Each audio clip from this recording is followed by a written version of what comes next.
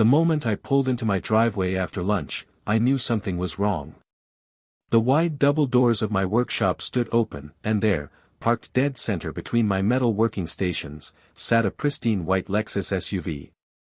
The vanity plate read HOA 1. And I didn't need 3 guesses to know who it belonged to. Patricia Holloway had done it again, but this time she'd gone too far. I walked calmly to my toolbox, ignoring the smug smile I could practically feel radiating from her kitchen window next door. My hands found the welding mask and torch with practiced ease. No more warnings. No more polite conversations. This time, Patricia was about to learn what happened when you pushed a metal worker past his breaking point. The acetylene torch sparked to life with a satisfying hiss. By the time Patricia noticed what I was doing, I'd already sealed the first door shut with a perfect bead of molten steel. Her shriek echoed across the neighborhood, but I just adjusted my mask and moved to the next door. 20 minutes later, my workshop was a fortress. Her $60,000 vehicle entombed inside like a modern art installation. I tossed my gear in my truck and headed for the airport. My vacation to Costa Rica couldn't have been timed better. Let me back up and explain how we got here. My name is David Brennan and I've been a professional metal worker for 15 years. 2 years ago, I finally saved enough to build my dream workshop behind my house in Pine Ridge Estates. It was my sanctuary, a place where I could create custom pieces for clients and lose myself in the art of shaping steel. The structure was perfectly legal, properly permitted, and designed to complement the neighborhood aesthetic with cedar siding and architectural details that matched my home. Enter Patricia Holloway, recently elected HOA chair after a campaign built on promises to restore order and property values. Patricia was the kind of person who measured grass height with a ruler and sent violation notices for mailboxes that were one shade off the approved color palette. Within a week of taking office, she decided my workshop was an eyesore that needed to go. The harassment started small. Official-looking notices appeared on my door claiming the structure violated covenants that didn't exist. When I provided copies of my permits and HOA approval from 2 years prior, she pivoted to complaints about noise, even though I only worked during approved hours and used sound-dampening materials in the construction. Then came the parking incidents. Patricia would park her Lexus directly in front of my workshop doors, claiming she was inspecting potential violations. The first time, I asked her politely to move. The second time, I called the HOA board, who mumbled something about her having authority to investigate complaints. By the 5th time, I was documenting everything with security cameras I'd installed around the property. The situation deteriorated rapidly. Patricia began spreading rumors at HOA meetings that I was running an illegal business, creating fire hazards, and lowering property values. She filed false complaints with the city, each one requiring me to take time off work to meet with inspectors who inevitably found nothing wrong. She recruited her friend Sandra Morrison to corroborate fabricated noise complaints, and together they made my life miserable. The breaking point came on a Tuesday morning. I arrived at my workshop to find the doors not just blocked but wide open with Patricia's Lexus parked inside. She'd somehow gotten hold of my spare key, probably through the property management company where her sister worked. A laminated note on the dashboard proclaimed the space was being reclaimed as communal property pending HOA review. I took photos from every angle, making sure to capture her license plate and the note. Then I called my lawyer who confirmed what I already knew. The workshop was on my property, built with proper permits, and Patricia had committed criminal trespassing and breaking and entering. But he also warned that pursuing charges would be a long, expensive process, and Patricia would likely face minimal consequences. That's when I decided on a different approach. If Patricia wanted to claim my workshop was communal property, I'd treat it like my property and secure it properly. I spent the next hour welding every entrance shut with surgical precision. The main double doors, the side entrance, even the windows, all sealed with beautiful, unbreakable welds that would make any metal worker proud. I made sure to leave small gaps for ventilation because I'm not a monster, just a man who'd reached his limit. Her precious Lexus wasn't going anywhere without serious demolition work. Before leaving for the airport, I did 3 things. First, I posted the security footage on the neighborhood Facebook page with a simple caption explaining that I'd secured my workshop against trespassers and would return in 2 weeks. Second, I sent a certified letter to the HOA board notifying them that their chair had committed breaking and entering. Third, I turned on the automatic sprinkler system for my lawn, knowing the spray would reach through those ventilation gaps I'd left. The vacation in Costa Rica was everything I'd hoped for. Pristine beaches, perfect weather, and spotty internet that I definitely didn't use to check the neighborhood Facebook page exploding with comments, photos, and increasingly frantic posts from Patricia.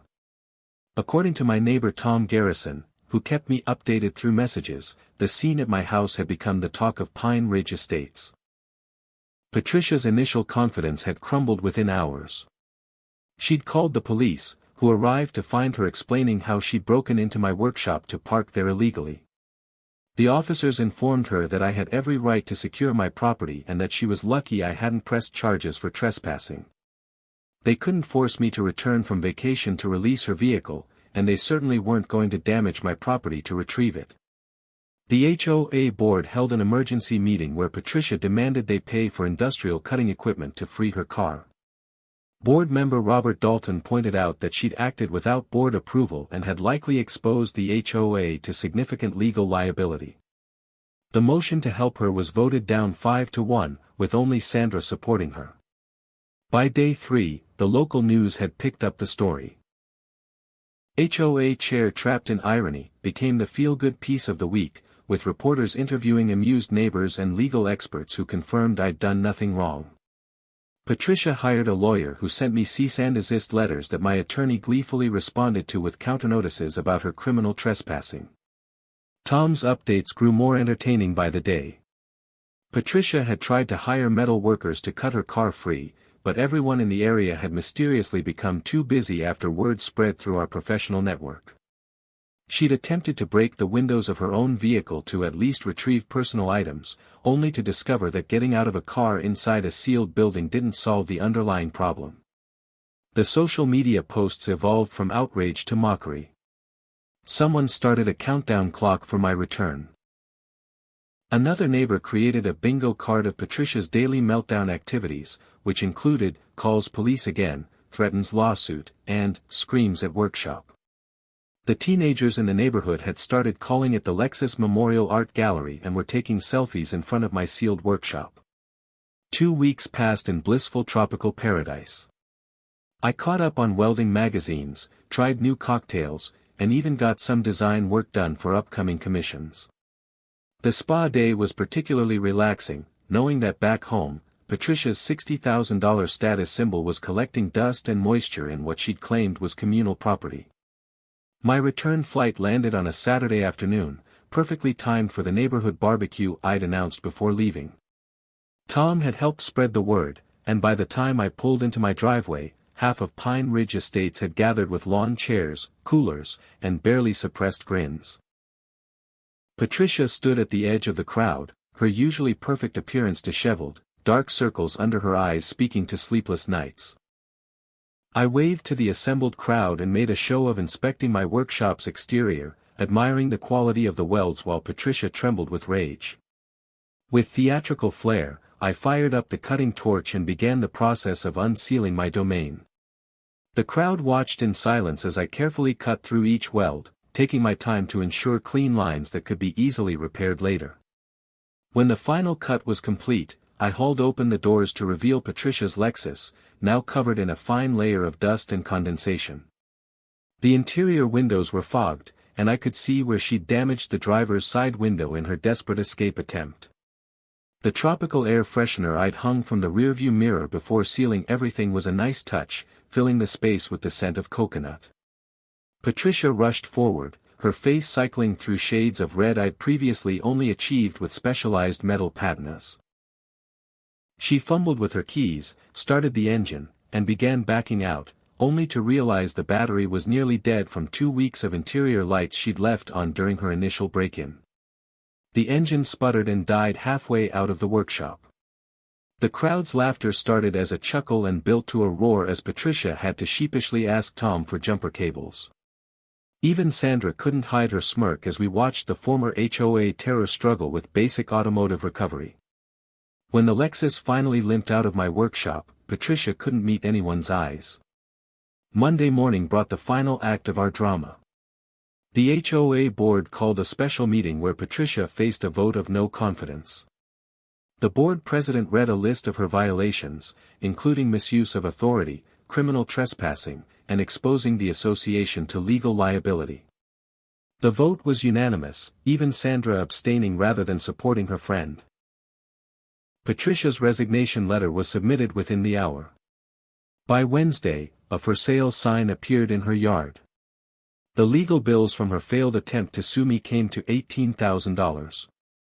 According to court records, the repair bill for her Lexus, which needed a new battery, new window, and full detailing to remove the moisture damage, added another $3,000 to her expenses. Standing in my workshop that evening, I installed the final touch, a handcrafted steel sign that read, "Private Studio. Unauthorized parking will be professionally secured." The new HOA board approved it unanimously. As I welded it in place, I saw Patricia through her window, packing boxes with the defeated posture of someone who'd learned an expensive lesson about respecting boundaries. She moved out 3 weeks later. The closing was handled by her realtor, Patricia too embarrassed to show her face in the neighborhood where she'd become a cautionary tale. The new owners were a young couple who loved the artistic vibe of having a metal worker next door. They even commissioned a custom gate for their garden. The neighborhood has been peaceful ever since. The new HOA board focuses on actual community improvements rather than petty power trips. My workshop remains my sanctuary, now with reinforced steel doors that lock from the inside and security cameras covering every angle.